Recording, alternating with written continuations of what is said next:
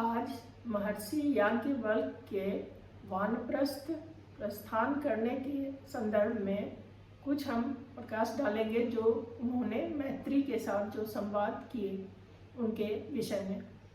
तो महर्षि याज्ञवल्क्य की दो पत्नियां थीं, एक कात्यायनी और दूसरी मैत्रेयी।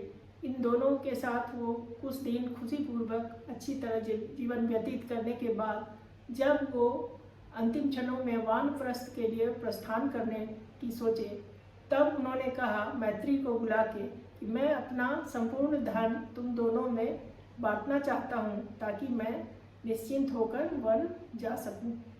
तो कात्यायनी ने तो स्वीकार कर लिया, उन्हें गृहस्थ आश्रम ही ज़्यादा प्रिय था, लेकिन मैत्रेयी ने अस्वीकार किया। उन्होंने कहा कि इस धन से पूछा उनसे, याज्ञवल्क्य से, कि क्या इस धन से मुझे मुक्ति मिल जाएगी या इस धन से मुझे कुछ आत्मज्ञान की प्राप्ति होगी? तो उन्होंने कहा नहीं, इस धन से तुम्हें वही मिलेगा जो एक सभी को मिलता है, भौतिक वस्तुओं की प्राप्ति होगी, जो सुख है और आराम वो ही तुम्हें मिलेगा। तो उन्होंने मैत्रेयी ने कहा तो फिर ऐसे धन का मैं क्या करूँगी जिससे कि मुझे मोक्ष भी प्राप्ति ना हो, मुक्ति प्राप्ति ना हो और आत्मज्ञान भी ना हो, तो ऐसे धन का मैं क्या करूँगी? इसलिए मैं तो आपके संग चल के और इनसे कुछ आपसे आत्मज्ञान का उपदेश लेना चाहूँगी। तो उन्होंने कहा कि अवश्य। तो फिर दोनों चल पड़े वन की ओर और फिर वहाँ बहुत बृहद रूप से उन्होंने महर्षि याज्ञवल्क्य ने अपनी पत्नी मैत्रेयी को ये सारे प्रश्नों का जवाब उपदेश दिए और सारे मैत्री के प्रश्नों का जवाब दिया।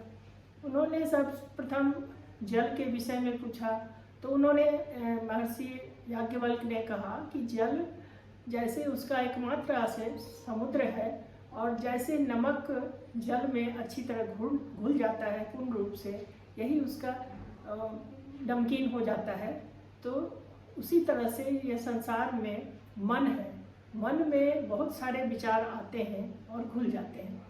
तो मन के विषय में भी बहुत सारे उन्होंने बतलाए, बहुत सी बातें उन्होंने बतलाई। उसके बाद कहा कि ये जो मन है बहुत ही चंचल होता है और इसे एकाग्र करना अति आवश्यक है। तो फिर उन्होंने बताया कि जैसे नगाड़े की आवाज़ सुनकर हम उतना ये नहीं होते, जितना संगीतमय मन नहीं होता, जितना कि एक साथ सारे वाद्य संगीत शास्त्रों को सुनकर और मन संगीतमय हो उठता है।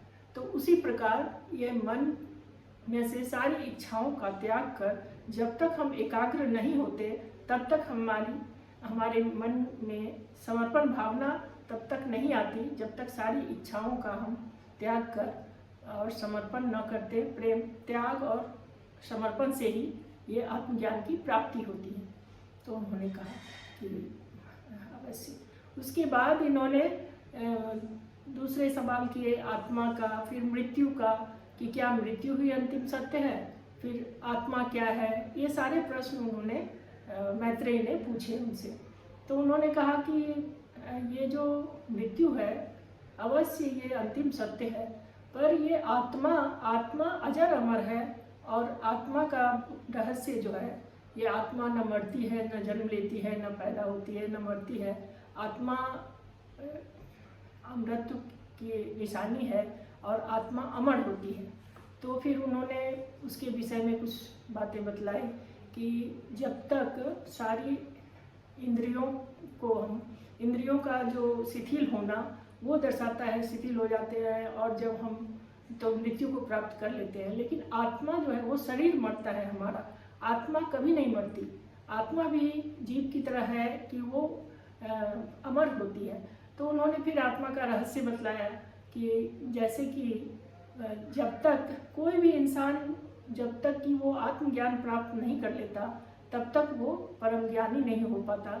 जैसे कि हम जब सोचते हैं कि किसी भी, जैसे मेरी पत्नी किसी इंसान की पत्नी है, तो हर इंसान जैसे पति अपने स्वार्थ के लिए अपनी पत्नी को चाहता है, ये नहीं कि वो उसके लिए उसे चाहता है। जैसे पति भी अपने ही पत्नी भी अपने स्वार्थ के लिए ही उसे चाहती है, ये नहीं कि वो अपने पति के लिए चाहती है। तो ये सब एक सांसारिक एक ये है कि इंसान, मनुष्य जो है, इंसान, वो हमेशा से ही स्वार्थी है, स्वार्थ में है। लेकिन प्रेम, वो प्रेम उत्कृष्ट माना जाता है जिसमें कि निस्वार्थ भावना हो। तो उन्होंने कहा, मैत्रेय ने, कि फिर तो आप भी बंधन में हैं, आप भी विवाह के बंधन में हैं। तो उन्होंने कहा कि बंधन और मैं, जब तक बंधन में अगर निस्वार्थ भावना है तो वो फिर परम सुख की प्राप्ति होती है। निस्वार्थ भावना से अगर प्रेम किया जाए तो वो परम सुख की प्राप्ति उससे होती है।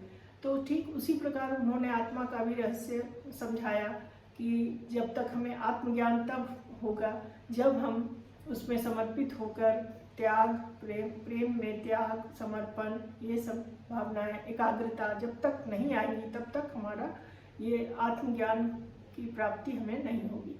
तो इन सब चीज़ों का त्याग, सारी इच्छाओं का त्याग करने के बाद ही हमें ये आत्मज्ञान की प्राप्ति होती है।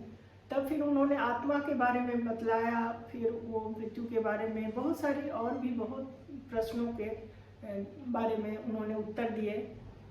मैत्रेय बहुत सारे सवाल उन्होंने पूछे महर्षि याज्ञवल्क्य से। तो फिर उन्होंने कहा कि ये मुक्ति कैसे मिलती है, मैत्रेय ने पूछा। तो उन्होंने कहा कि मुक्ति या मोक्ष मिलना तभी संभव है जब हम निस्वार्थ भाव से और जब हम त्याग और समर्पण भाव से अपने आत्मज्ञान को प्राप्त कर लें, अपने स्व को समझ लें। अपने आप को जब तक हम स्वयं को ना समझें तब तक हमें आत्मज्ञान की प्राप्ति न होगी। स्वयं को समझना ही, आत्मा को समझना ही सबसे बड़ा ज्ञान है और सबसे बड़ा, इसी से हमें मुक्ति की प्राप्ति होती है। तो इस प्रकार कह के वे वानप्रस्थ के से संन्यास आश्रम की ओर मुड़ गए और मैत्रेय आत्मा का ज्ञान पाके, आत्मज्ञान पाके सब कुछ समझ गई और महर्षि याज्ञवल्क्य अपने संन्यास आश्रम में प्रवेश कर गए। यही कहानी, यही संवाद है दोनों के बीच।